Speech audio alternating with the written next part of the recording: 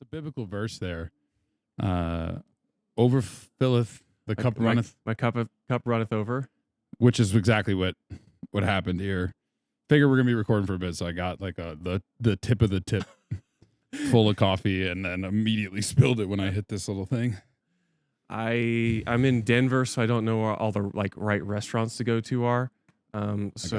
Yeah, my friend, we all got an Airbnb. The whole Ordinals crew got an Airbnb, and somebody brought like some fried potatoes this morning. So that's all I need to sustain myself.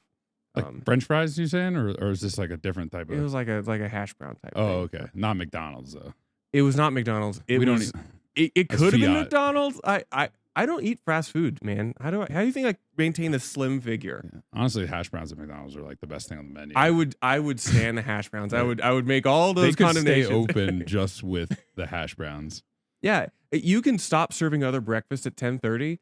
Just keep the hash browns on. I will go to McDonald's at 2 a.m. and order 10 hash browns. Yeah, I would do that. They could put Taco Bell out of business. There will. Oh yeah, Taco Bell's awful. Although I read something that said this podcast is not about fast food, I promise, but I read something about Taco Bell being like actually some of the cleanest, like the highest grade of meat, like better than most of the other fast food restaurants. Yeah, if the bar is really low, then all you have to do is be a little bit better. Yeah, right. Oh, microphone, mic check. The shitty cables is I'm getting new cables for the pod next time. Bitcoin's down, so at Bitcoin 100K, we're getting gold-plated XLRs. Yeah. I need to get Rick Crypto Cloaks to like print me some like cable swag. My gosh, because he's doing. I saw him this morning. He was like got these like hubcaps, or not hubcaps, but the tire pressure. You know, like for the. You know, my little gosh. screw for your car tire. Yeah, it's a little thing you take off, Yeah. and sometimes if you forget to put it back on, It's you'll gone never forever. find. Yeah. And he's making those for cars. Are they orange? I think it's any color you want. He said he's printing them, and he's doing them for bike tires next. I'm like, let's go. That's such a Denver thing. Yeah, I'm just be riding around with little Bitcoin grenade like bike air caps. That's so cool. It's crazy, man. He was on the pod recently, actually. Dude. I didn't know he was in Denver. That guy rules. He's not in Denver. I think he's like somewhere. He's in Colorado though. Okay. Yeah, they have a big team too. They have like more than 10, I think it's like 10 people or something on their team. Oh, for real? Yeah, because he always says we, and I was like, "What's we?" And he's like, "Me and my team." Well, I feel that for like my mining business. My two partners are engineers. They're not even on social media. They don't like to talk publicly about this. They're the heads down execution guys. I'm the go out and schmooze people, right, and expense the drinks guy. Yeah, it's my dream job. That's the space. That's the place you want to be in, though. Yeah. But yeah. So today is what's the 3rd of March. You got a date on there? I have this. The 3rd. Yeah, 3rd of March. March 3rd. It's Friday. ETH Denver's going on. You're in town. That's why I'm in town. Don't turn it off yet. Yes, we're not talking about ETH. We're talking about Bitcoin. Yeah. Bitcoin, but Bitcoin JPEGs maybe. It's bit. Very ETH adjacent, yet I think my stance is it maintained. Well, I think it's still it planted its flag on Bitcoin. The Casey, the guy who came up with all this hardcore Bitcoiner, explicitly saying we don't like shitcoins. Right. So, we can talk. That's why. Yeah, I mean, so yeah, I guess like we'll start with like, so you're in ETH Denver to promote the gospel of Bitcoin. Yes. and the NFTs, the ability to make NFTs on Bitcoin, to the people who care about NFTs. So like you're meeting them where they are. So I appreciate it. To continue the biblical narrative, we're sowing in fertile ground here. Like, Right. Look, the Bitcoiners, we have defined our talking points, and that's very good. It's very good for strengthening the core narratives. But there are 7 point something billion people who don't own Bitcoin right now, and a lot of them are here in Denver, and a lot of them are really close to Bitcoin. They just don't. They're more on the ETH or other blockchain side. So these people in the past month, I don't know when this comes out. In the past month, Soon. I have helped more people go from 0 Bitcoin to running a full node, managing UTXOs, and the more sophisticated parts of supporting Bitcoin. I've helped more people do that than in my entire career, which is now quite long, of being like a Bitcoin proponent. So it feels like a bit of a renaissance. I know that can invite some criticism, but I'm gonna be part of the person who's I'm gonna be part of the big sales funnel, and then other people Right. can like land the plane and you know, build further. So how are you doing this? Like what's the name of your project that you're working on? And So you know, it's funny because I think if you watch the previous episode, you're like, isn't Charlie in mining? Doesn't he like have a full time right. job? Oh yeah, I guess yeah, I forgot to mention that. This is you're the first, I think you're the first recurring guest, solo recurring guest. Sam Callahan came on, but he came Yeah, on with Bo at the same time. yeah, So you're the first like double recurring, and you were only, I mean, right now as we're recording, there's been 32 episodes released, yeah. but there's been 37 episodes filmed. Well, it says a But lot you were about 24, Jeff Gordon. yeah, So yeah. that wasn't even that long ago, dude. I tell you, we can't go back to sports. I flub on the No, no sports. sports. No, we did start at Yeah. fast food, though, Yeah. so we Well, have to always start at some kind of random topic from here out. yeah, no, I mean, yeah, my day job and the thing that I do is build Bitcoin mines specifically off grid. I'm in Oklahoma. My partners and I come from oil and gas. We're engineers. You can go back to the other podcast episode to talk about that. But so here's the deal. We got some operations. They're online, but this stuff is capital intensive. Our strategy is to self fund, own the whole stack. We don't really do hosting currently. Um, and it's very capital intensive. This costs a lot of money. It's a big capital raise. And so I like to say we're in between Bitcoin mines. So we have our stuff and we'd like to build more. The capital raise checks have not been written yet. So I found myself sitting on my hands in like January. You know, all our stuff's running smooth, still profitable. Sitting on my hands, okay, I'm gonna start looking around and poking my head about at like what's happening in Bitcoin. Oh, there's this one kind of podcast nobody else listens to that I like. Oh, the guy who's in the podcast just released this interesting kind of client for to do things called, you know, to put digital artifacts on Bitcoin. And I just started hanging out with him and his developer in the voice chat of the Discord server. This is Casey, This is Casey, the eponymous, you know, iconic Casey Rodemore. the Hell Money podcast. The Hell Money dude. podcast. I was a huge fan because it's not your standard podcast, which I like. So yeah, I'm listening to this podcast, hanging out with Casey, and inscribing away, and then things just take off. And Amazing. yeah, and I just happen to have a lot of free time, a lot of exuberance and interest in kind of riding this. And Casey kind of early on trusted me to take some control and kind of be a part of this young, nascent team, which we call the Ordinals Project currently. And so I've basically helped the Discord server go from 10 to 20,000 people, built out a whole moderation team. Some of them who are with me here in Denver today, and do, you know, structure things like tech help, guides, basically deflecting the innumerable people who want to talk to Casey at all about You're his bodyguard at this point, basically. I'm You're his online bodyguard. support team, I think. Well, because you know, he's a guy who has kind of developed this in his own world for the past year, Right. and it's funny because he's a notable Bitcoiner, so he's been to all the Bitcoin conferences, and I think he's talked to kind of most everybody. You know, the late night conversations of like, here I've got this cool idea called ordinal And theory. that's all it was. It was And just an idea. And it's, you know, people who people know the names of who have like entertained these ideas, and I think they kind of wrote it off as like, oh, that's Casey, it's his, you know, exuberant personality, and then it just takes off, and it's weird because I think some people have refrained from coming out too hard against it because they know Casey and they know where he's coming from, and so I think that kind of actual in-person knowledge and relationship help kind of soften some of the chaotic early days. So yeah, so my official thing is I've got a little bit of free time. We're building a Bitcoin mine here in a month or so, and in the meantime, I've decided to just jump onto this bandwagon, and I'm not shilling anything personally. I'm shilling educating altcoiners about Bitcoin. So that's why I'm here in ETH Denver.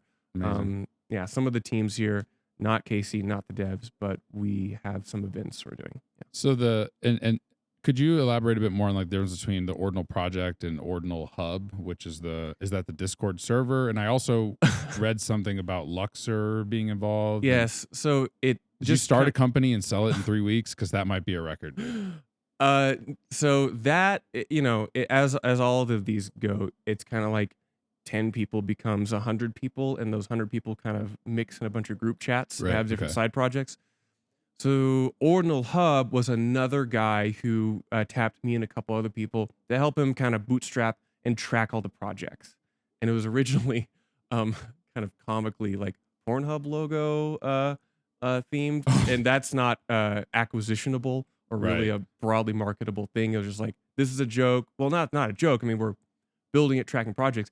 I got to do it internally because I have to track 200 projects to make sure at least have some idea of who are the scammy ones and who are not, because I have to run a community and protect people So from getting scammed. this is all probably really, really foreign to Mhm. most Bitcoiners. Like, what do you mean by like projects? And can you expand Oh on gosh. like what like obviously there's like series. I think like Yuga Labs, the Bored Apes guys are coming out with something Yeah. on Bitcoin soon called 12-fold. Yeah. And but yeah, I'm like, we're like, this is new, right? So people in ETH are kind of they understand like fake NFTs. I mean, Yeah. right click save, Yeah. whatever. But Yeah. I mean, it's if you come from the world of NFTs, if you're a closet NFT enjoyer, Bitcoiner like me, you kind of get the game, you know it. right.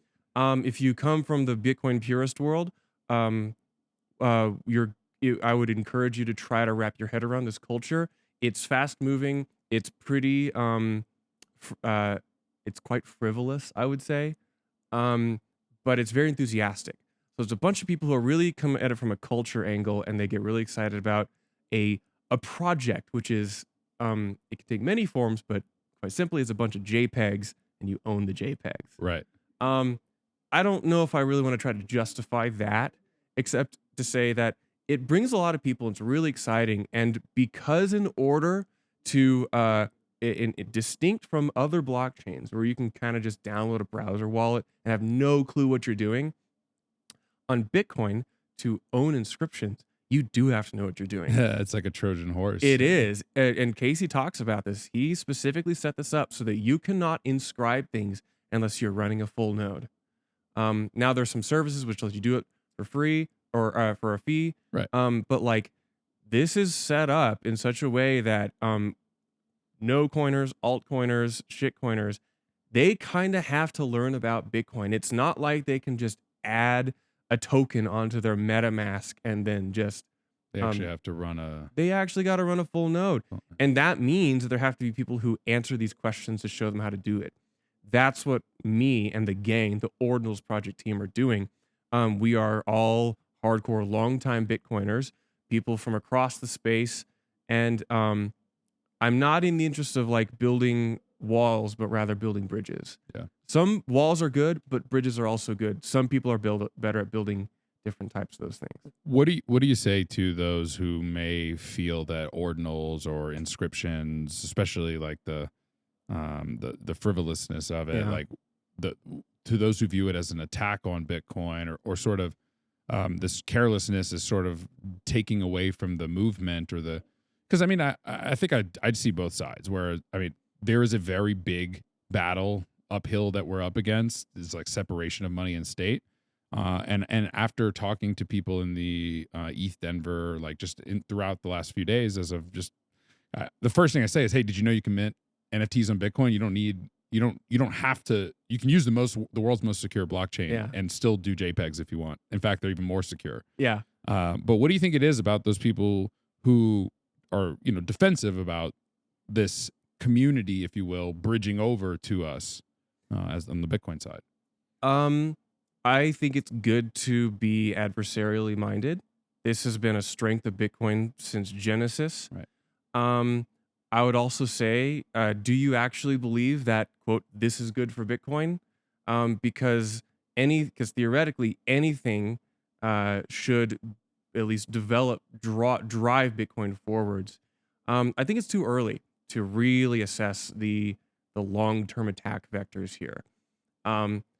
I think there are way more giant benefits, which are um, a giant cohort of people who probably, I don't see any way they would have found a path to Bitcoin in the future, Right. have in a matter of a month and a half just absolutely flocked to it and flocked natively to it.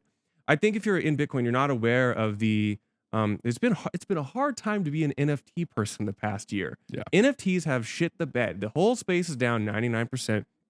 And a lot of them, if they're still in it, they recognize the fundamental shortcomings of NFTs.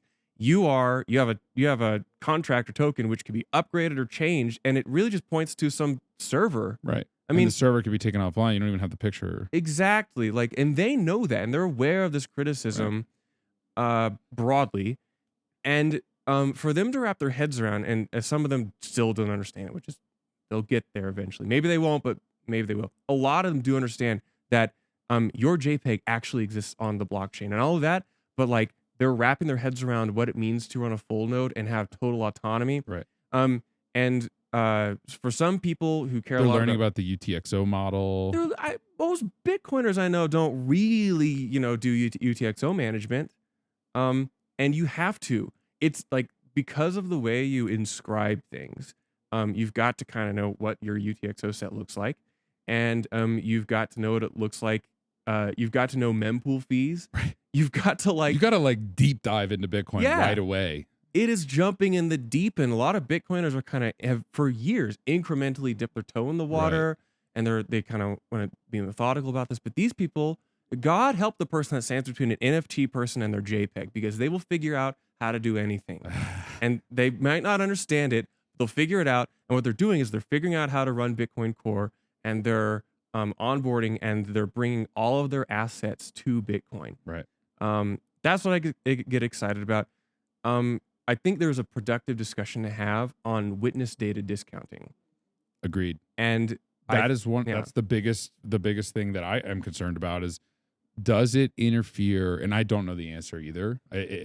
Right now, I think it's too early to tell. Mm-hmm. And I'm not qualified enough to make an accurate assessment of it, especially this early. But I do at first look, I do see the concern about, does this interfere with the game theory of the fee environment? Mm-hmm. And are people getting discounts to mint JPEGs instead of sending Bitcoin? And I do understand the sort of, hey, this is taking away from our ability to succeed standpoint there from those critics. Oh yeah, I think you're right. I've heard a few different takes or kind of game theory playing this out. I typically have found, for people much smarter than me, the more they look at it, the less they're concerned long term. I will I'll even name drop Pierre Richard. He was very hostile to this initially. At first, yeah. I was surprised. Yeah. And he works for a mining company. Right. His interest is his fiduciary obligation is to most of the miners I've spoken to are sort of okay with it. Yeah, that's why I came into it. It's amazing that what incentives do and how they govern your feelings on things. Yeah, I actually got into this because from a mining angle. I really wasn't into the JPEG inscription thing. I literally was sitting there going, it was early. And I'm like, I don't want to spend the equivalent to $5 on inscribing something, because this shit'll never take off. I was literally be like, guys, this is dumb. This is too hard. Nobody will like this. I was excited about Ordinal theory. I was like collecting rare Satoshis. I like this idea of kind of arbitrary consensus on numbering scheme. That was why I was interested. I was very wrong. So anything I inscribed early was very lightweight and low commitment. Mm-hmm. You can see I'll only identify one, which is my user tag, which is CB Spears. What number inscription was that? It was early. What number? It was early. Well, okay. One of my you can go look it up. One of my first kind of public thoughts about this I tweeted, which was I think it holds up pretty well even today. I don't know what the fee dynamics will look like in the future because of this, but I anticipate that it'll soon be quite expensive to inscribe frivolity onto the Bitcoin blockchain. Because if more people are using it, the more expensive it gets. This is kind of one of the main theses of Bitcoin is that fees drive the network. Right. So it'll soon be too expensive to inscribe frivolous things. And then I quickly inscribed the word frivolity next to my name on Just in case. yeah, just in case, so that I could. I mean, okay. Let's look at Bitcoin historically. I got into, well, I remember a time when most of the activity on the Bitcoin network was Satoshi Dice, so which was a gambling thing, and it was mostly just people mixing UTXOs and seeing if they would like win. And that was a very, very frivolous period of activity on Bitcoin. Luke Dash Jr., funny, circle, full circle here, wrote a, I think that's why Bitcoin Knots exists, because he wanted to cut out frivolous Satoshi Dice transactions or like data associated with it. And don't quote me on that. I might be saying that a little bit wrong. But basically, like Bitcoin's use case, if you remember that Murad chart which talks about like the trajectory of how something becomes money. Yeah. And it's early on. It's like it's kind of a collectible. It's a small thing. You trade them, enthusiasts like them, and it has this progression towards being a more serious unit of account. I'm not saying the Inscriptions is going to be a unit of account, but the path so far is very mirroring that of Bitcoin's early days. It's still a collectible. It's a collectible. Enthusiasts. It's an interest. It's kind of a niche thing. And these will become more mature and sophisticated over time. I think we'll see that. I don't think you'll be able to inscribe your dumb JPEG on Bitcoin for forever. But I think the dumb JPEGs of today, over time, may not be perceived as dumb. I'm not going to make a super prediction about that. No, I don't. I've wondered like how many JPEGs are going to start moving into like multi-sig wallets, and like people are going to like I know how early your inscription was, and because it's pretty close to the one that you were pretty early too. That this value stack sub 1,000, right? Yeah, it was 265. Damn, was the number there. So hopefully that'll get passed on to like the great grandkids. Is like it's like you get 0 Bitcoin, but you get this gift, So if you could get 20 Bitcoin to spin that off and then really go full-time podcast. The hilarious thing is that like I think that I mean you could sell it and then like it's still an advertisement for the podcast even if it's sold. So it's yeah, like, I was telling my wife, but I couldn't. It's an artifact.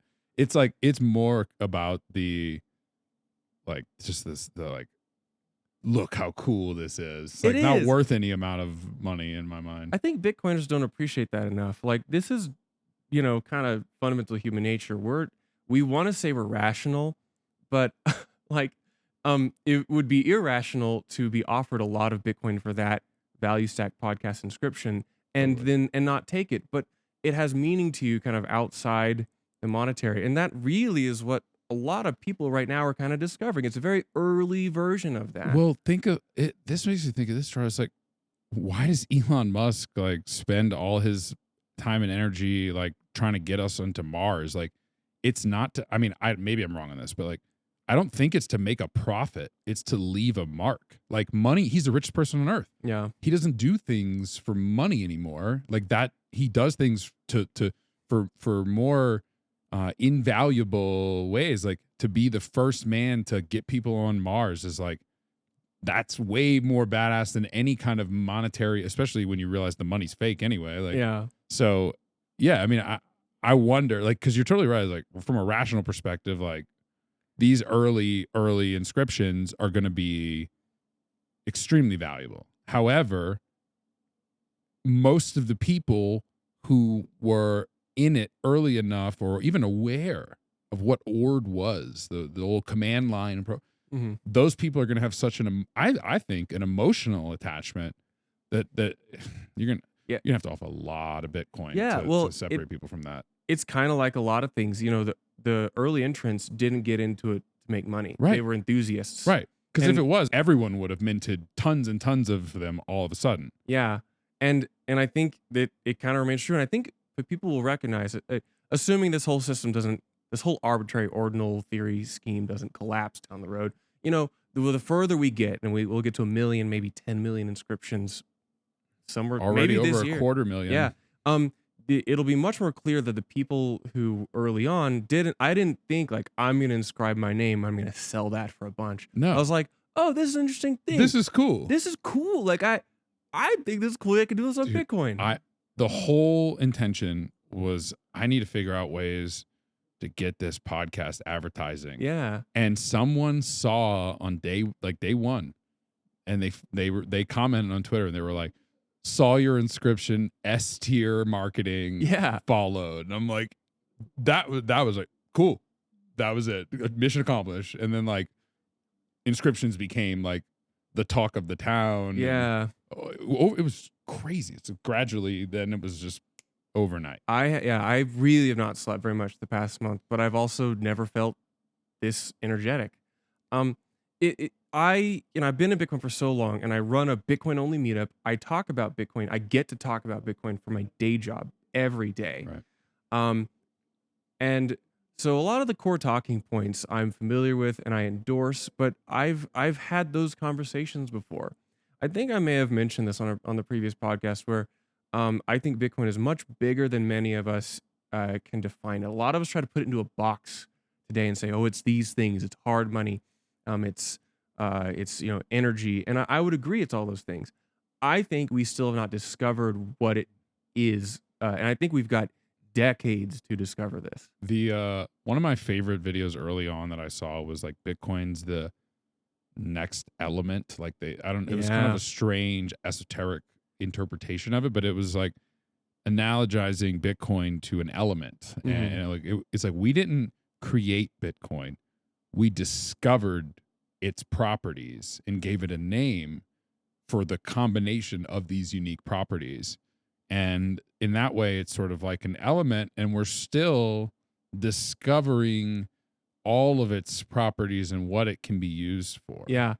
Oh my gosh. I think the longer you're in Bitcoin and the more you study Satoshi's works and perform Satoshian exegesis on it, on there, we want to keep, I could bring up as many biblical relevant. So as much as you want to, try to divine and attribute, apostolic works of those who spoke to Satoshi themselves. Well, the longer you're in Bitcoin, I think the more kind of mystical and reverence you have about it, because and the more you're willing to entertain kind of really weird ideas about like just Bitcoin's nature and or the nature of who Satoshi was and what was going on. I don't make any formal statements, but I'm always interested in new ideas that I haven't heard before, because that same curiosity that I try to maintain today is the same curiosity that drove me and helped me discover Bitcoin years ago. For sure.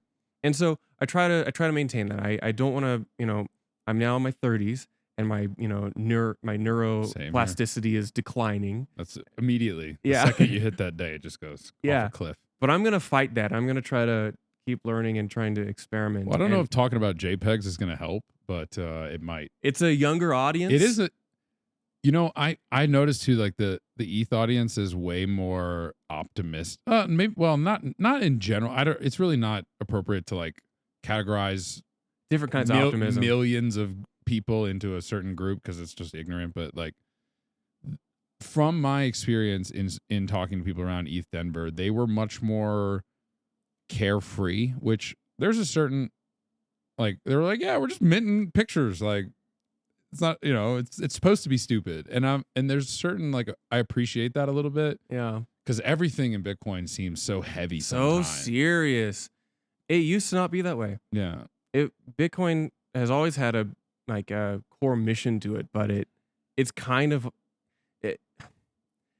post 2017, it got very serious. Right. Because the price went up a bunch. The price went up and it became, the narrative became more of like, we're in this little club and we're doing this little thing, to now we have to interact with the rest of the world. The rest of the world can be much more hostile. We have to plug this shit into financial rails. We have to like, you're trying to get we realize the late stage fiat we're in. We realize the urgency. Yeah. But I feel like, it feels to me like we're in a bit of a renaissance where the nature of who controls the narrative of Bitcoin is going to change. And that's going to be painful. It's going to bring a lot of good things with it and some bad things with it. this is the process of going from Bitcoin being 1 to 200 million people Right. to a billion people. This is what happens. Bitcoin has no masters. Pierre Richard, I'll bring it back to him. I still don't think he likes them, but he had I think it was very wise of him to say, this shows that Bitcoin maximalists, in at least the dominant Bitcoin maximalist narrative, doesn't control Bitcoin either. And I think That's a great take. and that is my favorite take. I think that's one of the best takes, especially if you don't like it. Bitcoin is neutral. It has to be neutral It's for those. everyone, dude. It has to be neutral. Bitcoin's for enemies. I feel like if you thought that Bitcoin had a specific nature and only people who agreed you could use it, and like we say it so many times, but in practice, it's never easy. I have two thoughts on what you were saying. So first, the people coming over to Bitcoin from other current cryptos like ETH mostly, I imagine, just to mint JPEGs, like they're decentralizing the network. They're spending transaction fees when miners need it more than ever. Oh, with yeah. crazy hash rates. You know what's Yeah. you're feeling it. And so I think like people are like libertarian LARPs if they aren't cool with people coming over, using the network, paying the fees, and conforming to the rules. Now there's some caveat with the SegWit witness discount. Like, Yeah. we can discuss that, right? But that's a problem with the design that we shouldn't have let through then in that case. And like, let's work to fix that. But let's not discourage them from coming over just because they don't use the Bitcoin network the way we as like Bitcoin maxis want them to use it. I think that's counterproductive. First, like it's just. I think a couple things. There's so many elements here. I remember I kind of knew what Taproot was in concept. And I followed that the Taproot speedy trial thing was happening, and I think most people were supportive of that, and the people who were against it, a little bit off the side, but not really. It was quite a minority. Widely adopted. Yeah. And I think this is great. This lets people say, "Look, I had this opinion," and it's funny because like those type of people generally don't like me, the Ordinals guy. But I want to point to them and say, look, this is your time to be very validated here because you identified some of these risks with the Taproot process. This is how Bitcoin is built. We ossify the network. We make very slow, careful changes, and we leave it open where we can. And this is one of those things where Casey's wild idea, it checks all the boxes. Right. It just, you never expected it to look like this. So it checks all the boxes and fits into Bitcoin naturally. It's not going to break Bitcoin overnight. And if it does break Bitcoin, I think we've got plenty of time to go fix it. I think at most we may consider the witness discount rate. Right. But I don't think that's a desperate, pressing issue. I think the most pressing issue is getting as many fees onto into the Bitcoin blockchain as possible. Right. Hash rate is the signal, right? Yeah. That's like the real number go up. Hash rate and block height. Yeah. And so there without hash rate, there's no block height because we nobody producing them. So you need to keep. I mean, that's like one of my biggest concerns long term, as having been invested in mining companies for more. It's been a painful journey. Mm-hmm. I firsthand, not as much as you, because you're like down my whole in net worth. I got my net worth in Bitcoin, mining equity, and inscriptions now. Yeah. So the not quite to the level of commitment as you, but even enough to know that like mining is absolutely brutal. Oh, it's so the brutal. most ruthless industry I think that exists on this planet, and there is the second you get a competitive advantage, it's going to get taken from you, and just like because of games like this works like that. So to me, like this problem, we're sort of bringing forward the thought of how do we solve this future problem, because if no one's using Bitcoin, the miners are the block subsidy is going to continue to become more painful and more painful, and the price doesn't just go magically up by itself. I mean, the nature of how Bitcoin supply schedule works but people have to actually acquire Bitcoin and exchange it and bid it up to actually do so. This is the only way that miners can stay producing blocks. And if the hash rate plummets because miners can't stay in business, now we're talking about like what's the bigger risk, right? And it's like, look, if you're minting this frivolous stuff on, like, if the block space was more important right now, they would be priced out. They would be priced out. So if if hundreds of millions of people, billions of people were using Bitcoin today, the people who were, I wouldn't pay whatever it is to mint a picture of whatever stupid thing I'm minting. It can start frivolous, but it can't stay frivolous. Correct. Right. And I think that's a really good kind of mental model to maintain. I think one of the reasons it appeals to miners in addition to that is because the mindset of a Bitcoin miner is quite mercenary. It's equally mercenary. Because you have to be, because it's the most cutthroat, ruthless business ever. It's mercenary, it's idealistic, and it's also realistic. Right. So you're mercenary because you got to make money. There's very few miners outside of the home miners who like are not interested in making money. So it checks the big like free market capitalism, thing that we like to say. You have to be idealistic because you're not gonna just double down at the bottom of a market. And unless you're, there's maybe like 5 Bitcoin miners I know who aren't long-term like idealistic about Bitcoin. I think some of us just figured out that in order for us to like scratch that itch, we have to go into Bitcoin mining. So we have extreme idealism about Bitcoin, I think more so than many other people, because our lives, it's our fiat and you can't just like turn around and like sell your warehouse, your racks, your miners. Like it's not liquid like Bitcoin, and it doesn't come online as quickly as Bitcoin. So people like you talk about people who are hodlers that are load time preference. Miners are like, sure, you can sell the Bitcoin when you mine it, but the planning, the infrastructure, the illiquidity of the whole thing. A holder has to make one. It's not easy being a holder, but you can kind of reduce it to having one decision to buy, and then a decision to never sell. Whereas Bitcoin mining, every single day you are getting punched in the teeth, and you have to decide. I'm not going to sell that generator. I'm going to double down on this contract. I'm going to call my insurance agent because we don't have language in our insurance policy for this kind of, thing. And this is like a daily activity where all of these are like micro decisions towards this like long-term hodl mindset. And it's like you wake up and most of these decisions are made under duress. Hodlers, I envy them. They're important, but it's like it is more of a passive relationship. Right. And I want to touch that. So Bitcoin miners are mercenary. We are idealistic, and we're also realistic. Right. And because we are the way Bitcoin, touches the real world. So with a hodler, imagine you're at a family dinner trying to convince people to buy Bitcoin. It's not super high stakes, and if they don't buy Bitcoin, it's not the end of the world for them.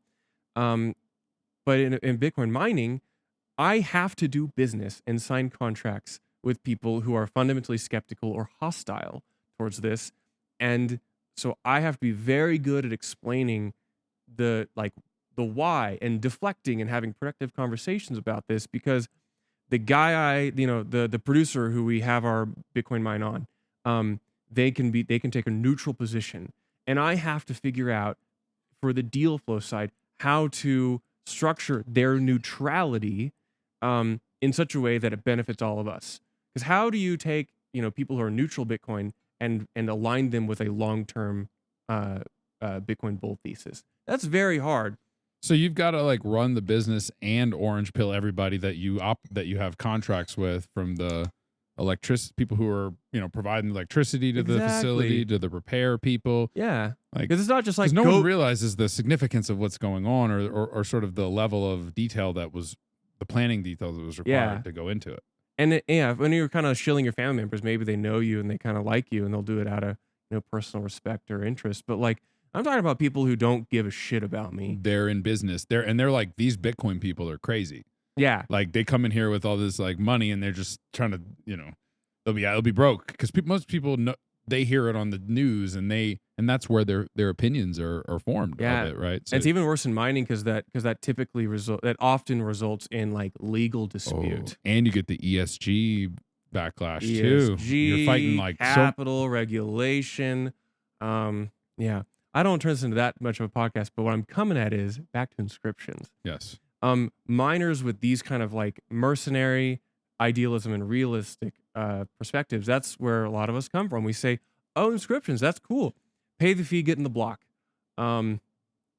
Sounds like it fits into a generally productive view of how Bitcoin works. Okay, that no, I'm not too concerned with that. You mean I get paid more because people are doing bullshit stuff on chain? Great. Awesome.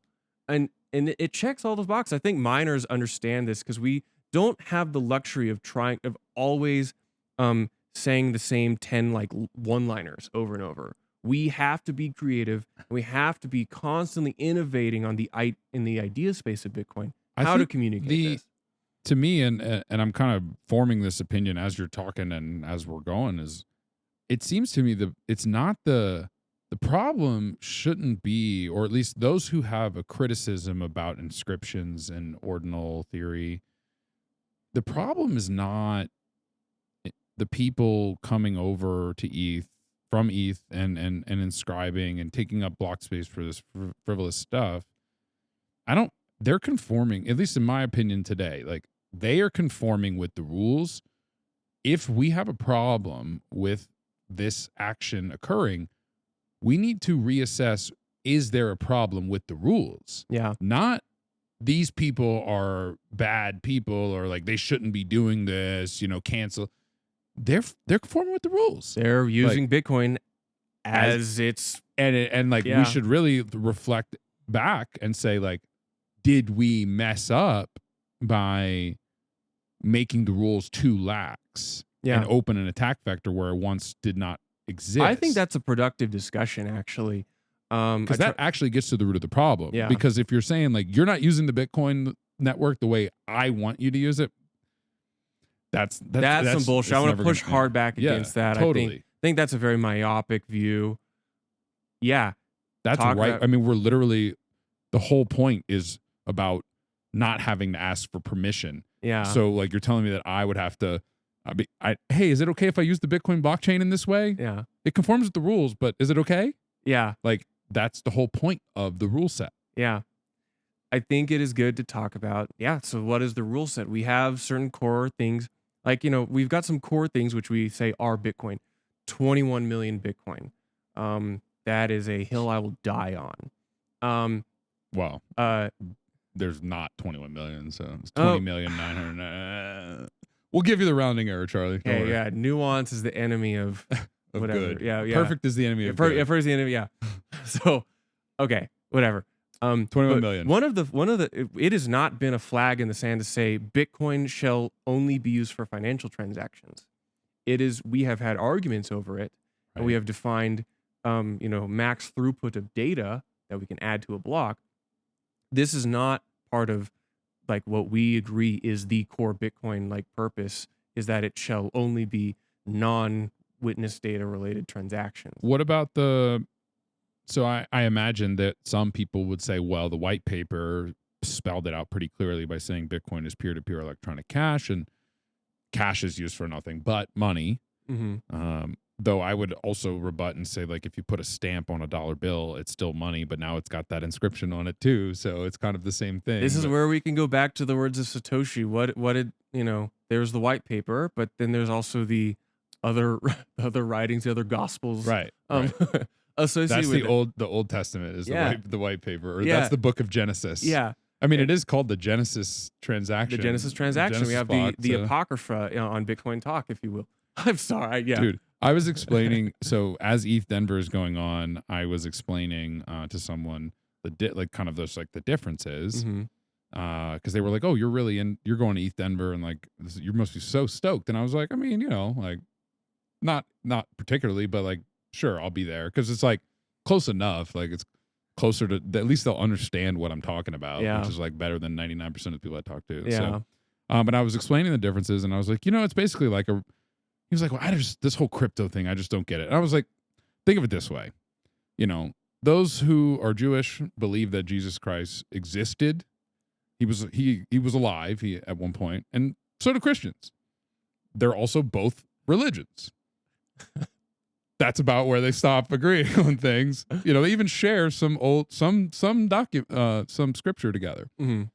And in fact, that's Bitcoin and Ethereum. They're both like basically religious cults. They both are cryptos.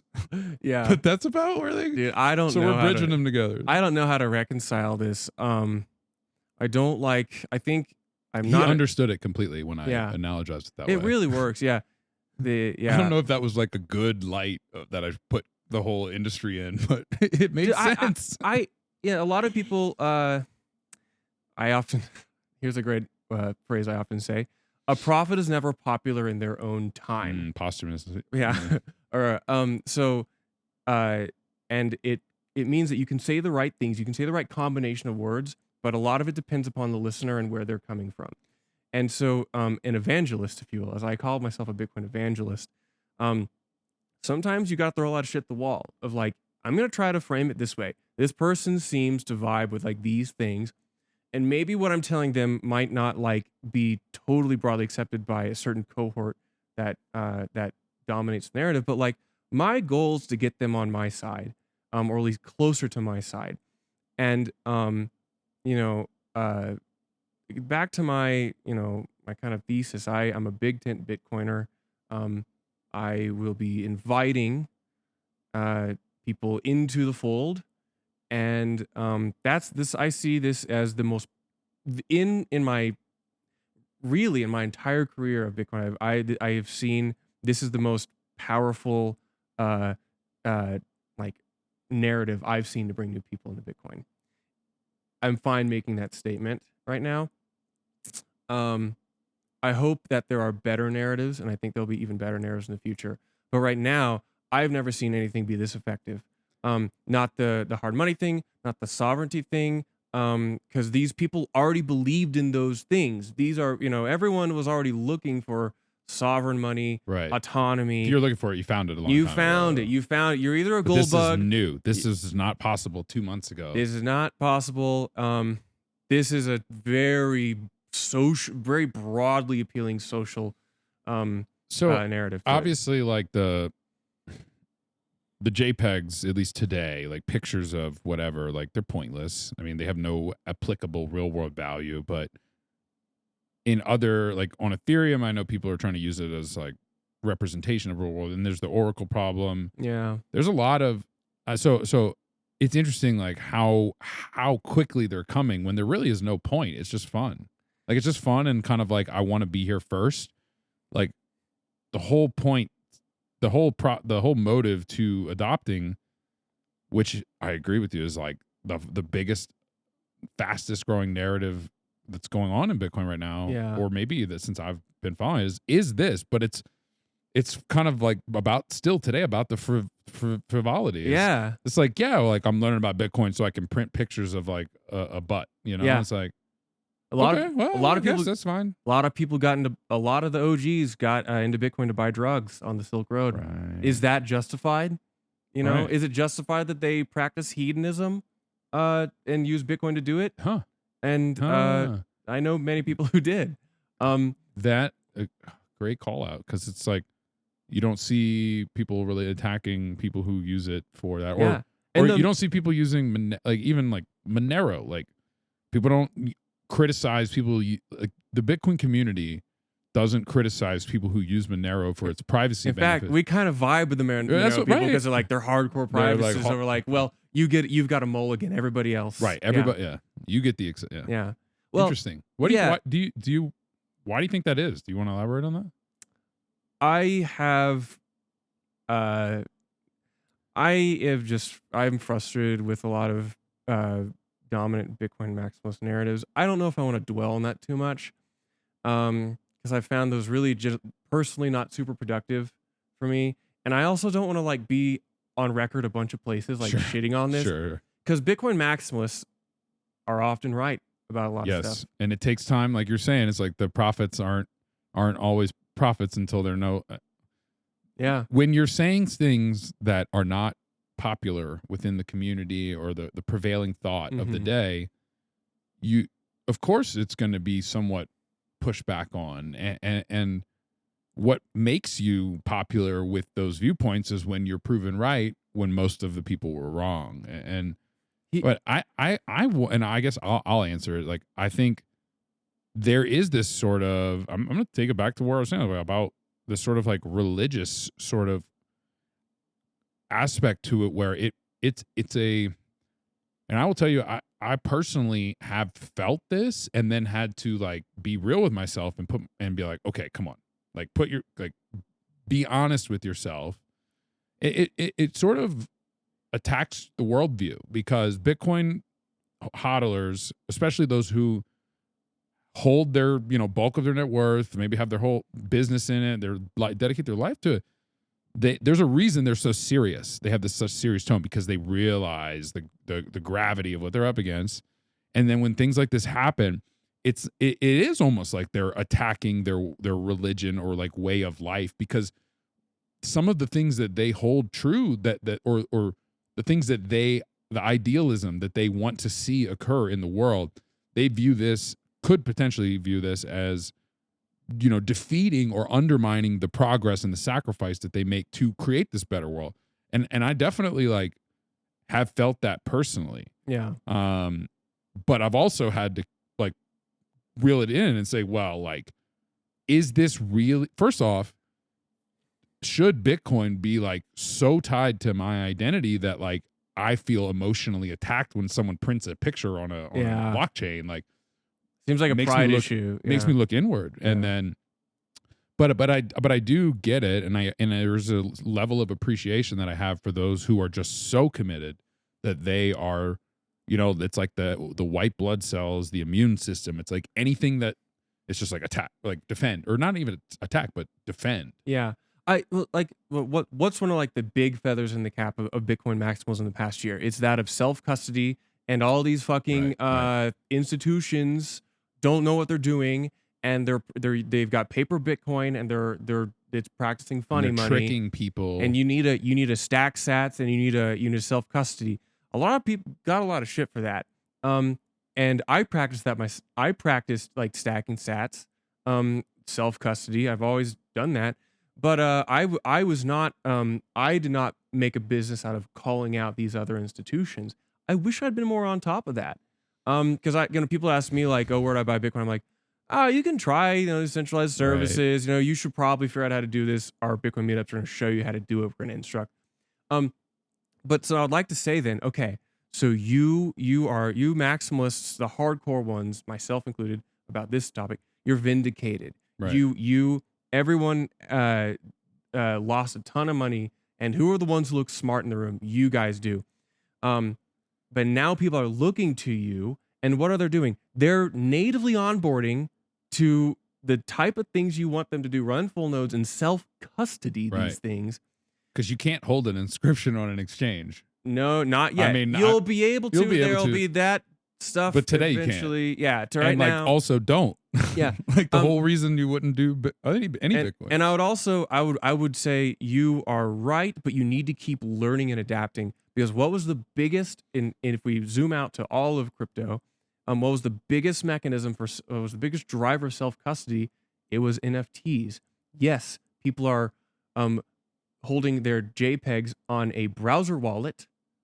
And still self-custody. That's self-custody. These people natively in mass went to native to self-custody.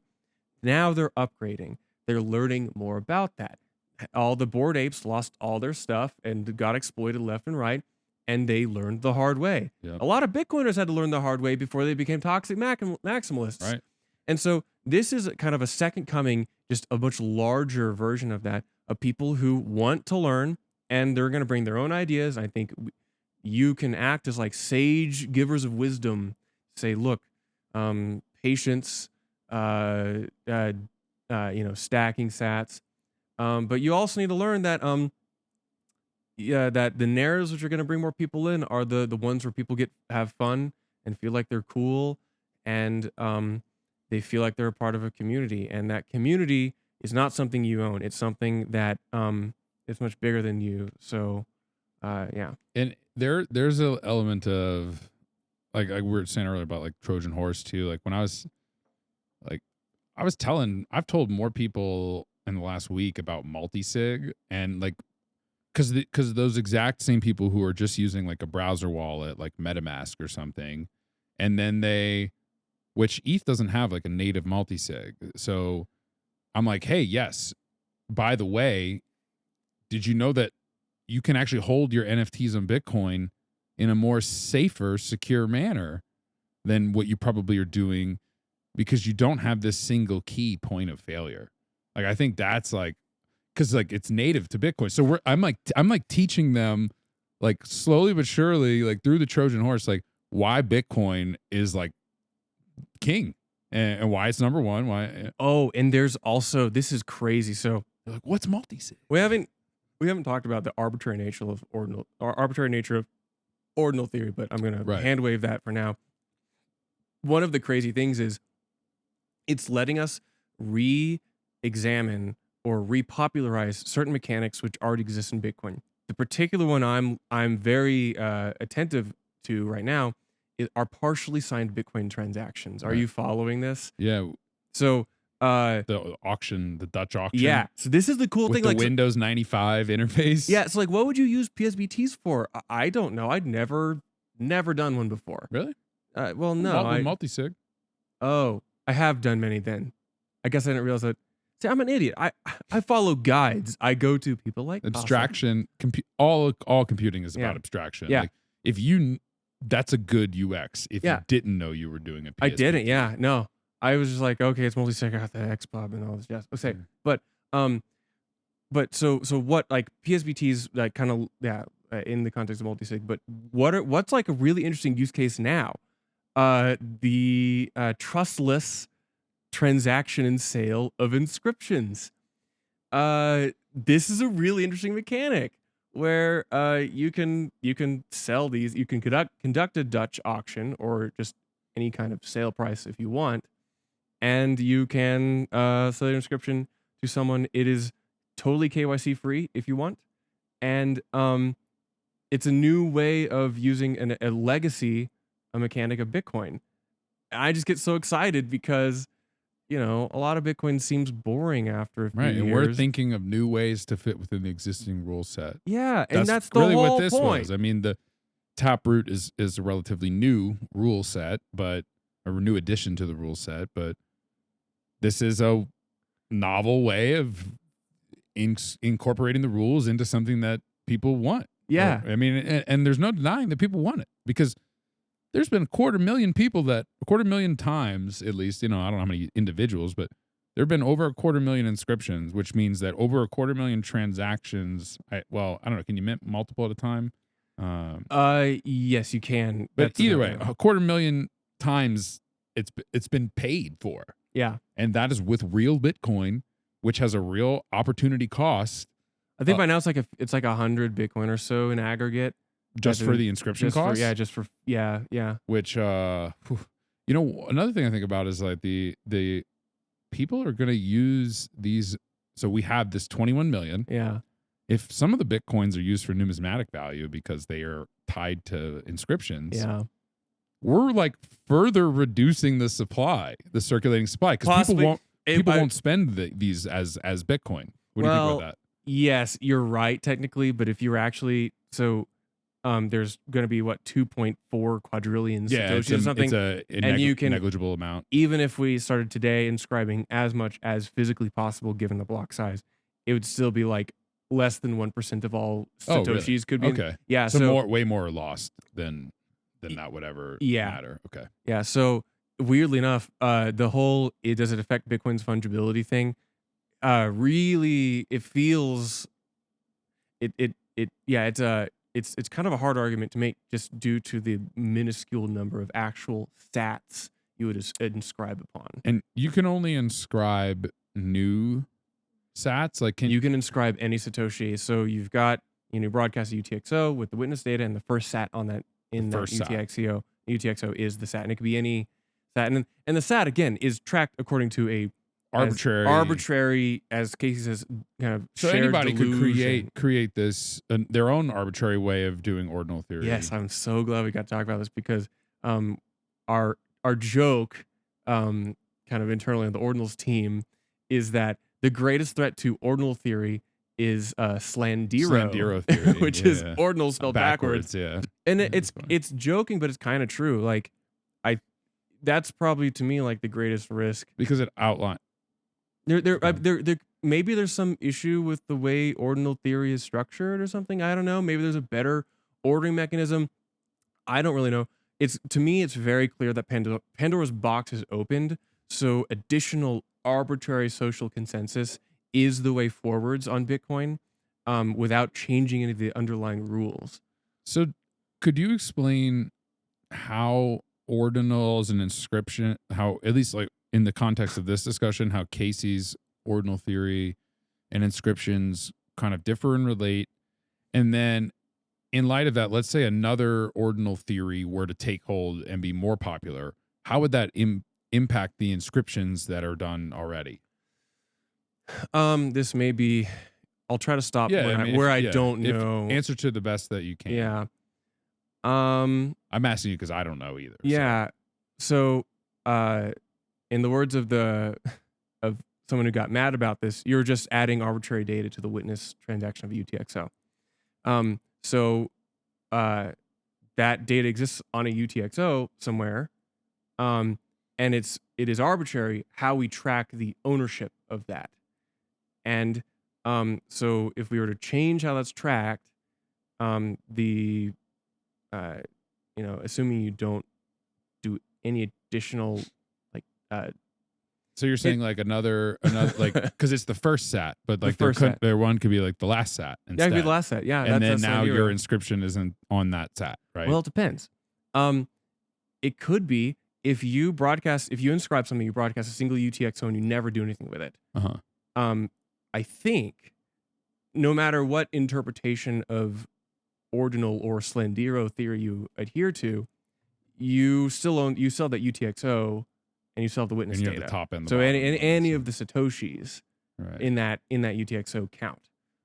It's when you start transferring them from person to person where the Slandero theory could really change things. So the ordinal theory, the very first satoshi is where it's inscribed, and then the fees come off the very last satoshis. Is that because that's one thing I wonder too? Oh gosh, this is wanted to move it into a multi-signature structure, but I'm also like, man, this is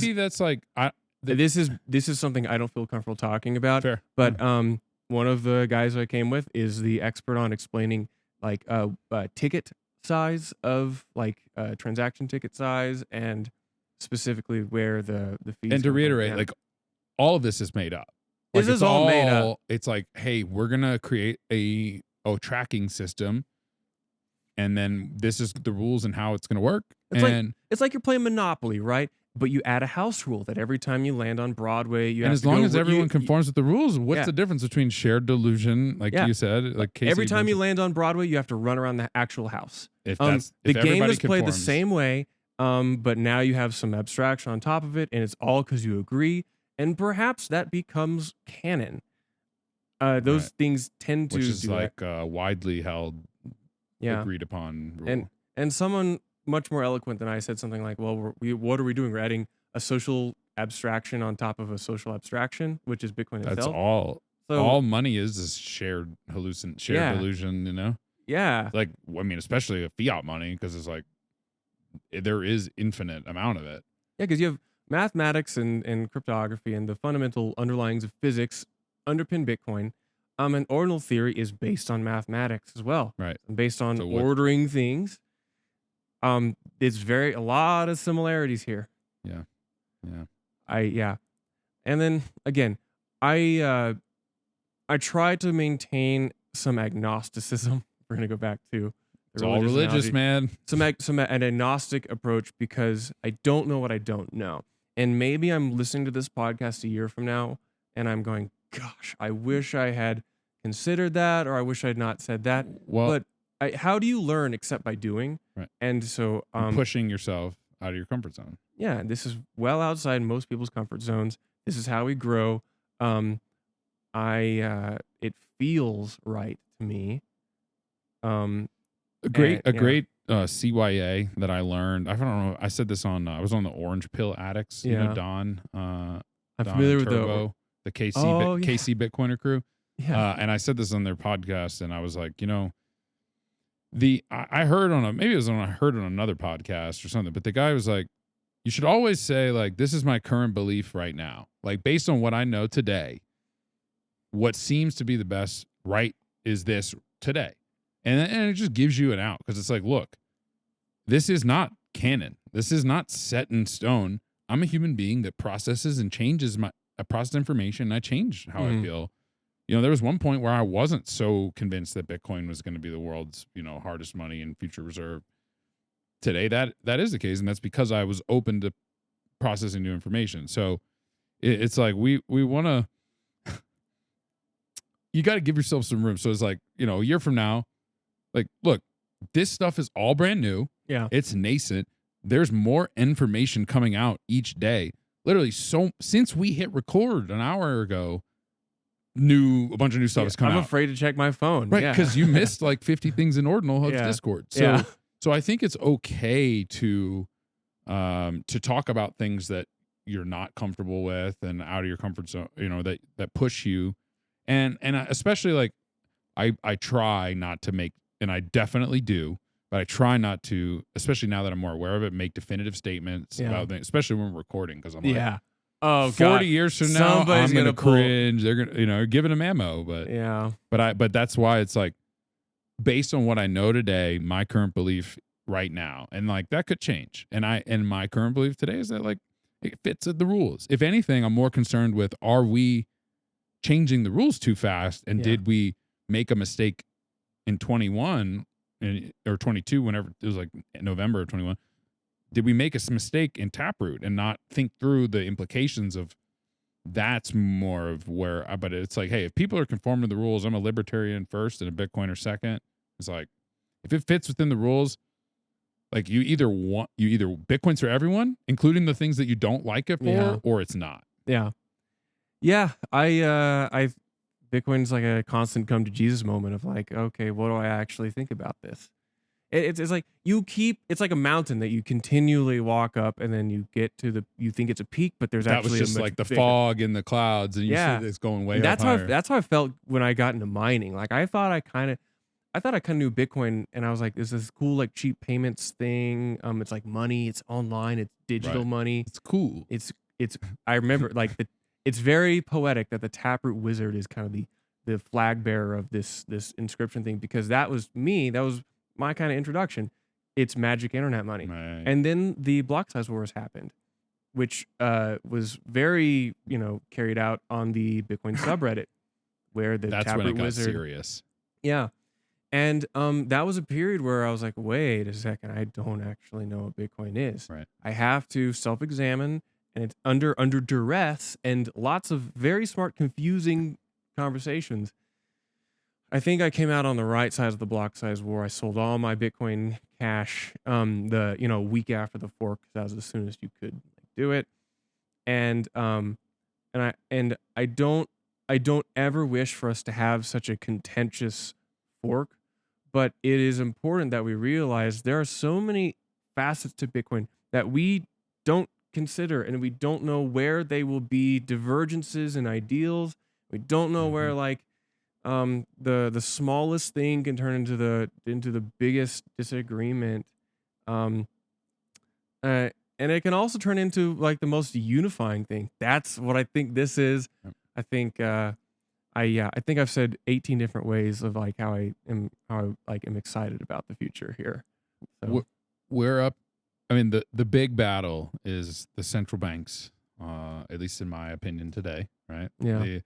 The biggest battle we're up against, and the reason that I am so adamant and evangelist about Bitcoin is because I think, and I hold a belief that fixing the money will fix the world. And I know that it takes every individual. I mean, money touches everyone on earth, or at least most people who don't live in barter economies. And so I'm focused on the bigger picture, which is let's fix the money. And I think it's very naive to be like, we can do this with just this small little niche community of Bitcoiners who like, you know, eat meat and like think seed oils are bad. And look, like I love those people because like they're my people. That's like that's my It's a strong ethos. As you get further down, like there's like, okay, people who are here for separation of money and state, and there's like also people who are like even deeper and you know, and like there's like sub communities within communities. But I think it's very naive to think that we should discourage people from coming to Bitcoin because we don't like how they're using it. Because the more people we have on our side and saying fiat bad, Bitcoin good, for whatever purpose, I think that helps our chances of the success. And it's kind of the gold. It's kind of like the gold bugs and the Bitcoiners. Like we really agree on everything, on almost everything. And why are these lines being drawn? Right. And I feel like there needs to be like a come and take it flag with it like a dick butt on it, and it's that inscription number 2. Number 1. There's 00, which is Casey's, and yeah, so it's inscription number 1. Because I feel like that captures a similar ethos. Because I say, you know, don't stand between a JPEG person and their JPEG, but you could have done anything. You could have done anything. Then you did a dick butt. You did a dick butt, and kind of poetic. It is. There's this certain like, I mean, it reminds you that like, this is how I think we'll wrap here, but it reminds you that while what we're up against is so great, it's so serious, and it is monumental, and it is meaningful, and it's going to be the biggest battle of our generation, I believe, separation of money and state. You still have to enjoy the ride because life is short and you got to have fun. Like, what's the point in achieving like all of this if you're miserable? And not saying that like people in Bitcoin are miserable, but there is a certain level of laughter and kind of go with the flow mentality that I think it makes the battle easier to get through, if you will. The great revivals were way more fun than the periods of asceticism in human history, and the Benedictine monks were equally important to preserving scripture, as were the reformers to expanding its reach. Mm. So I like to be the person who's going to evangelize, and that can go hand in hand with the people who seek to preserve. So right, yeah. Each person plays their own part in whatever way they, you know, however big and vocal about it they are, or if they're just like out in the community telling like their close friends and family, like, hey, did you know that there's an alternative? Yep. Zach, you have the best podcast in Denver right now, probably in Colorado. I think you're the best podcast. You're the best sub 1,000 inscription podcast. I'm sub 1,000 subscribers, subscriptions too. Oh damn! There's actually less than 200 subscribers on YouTube. So and that'll change. If you're watching this, definitely hit that subscribe, thumbs up, comment, whatever the things are that you say at the end of the episodes. But where can people find more about? If they want to learn about ordinals, ordinal theory, inscriptions, your community, want to get more involved? Yep. I would point people to docs.ordinals.com. That's the official documentation and kind of onboarding for what are ordinals. That's also the official way to interface and connect with the Ordinals Project team. I am also working on a side project currently called Ordinal Hub, which kind of just all things data analytics, a hub for all ordinal display communication, all that jazz. Luxor bought that, and so I would also recommend to go there. To find me at CB Spears on Twitter, I've reached inbox escape velocity, but I try to respond to everybody. I take a page from Peter McCormack, who somehow this guy has responded to every single like side comment email I've sent to him, and I don't know where he finds the time. But I try to like look at people who grind like that and who are just very selfless with their time. So I would love to talk to anyone and everyone. Cool, man. Well, thanks for coming and stopping by. And let's go orange pill some Ethereans. I'm gonna go. I'm gonna go orange pill a bunch of ETH people. Ethereans. Ethereans. Yeah. I have there's other names, but we're not going to use those. Yeah. We'll be respectful today. Yeah, we're trying to encourage people to come to Bitcoin. Yeah. Not scare them away. Yep. Rock on, Charlie.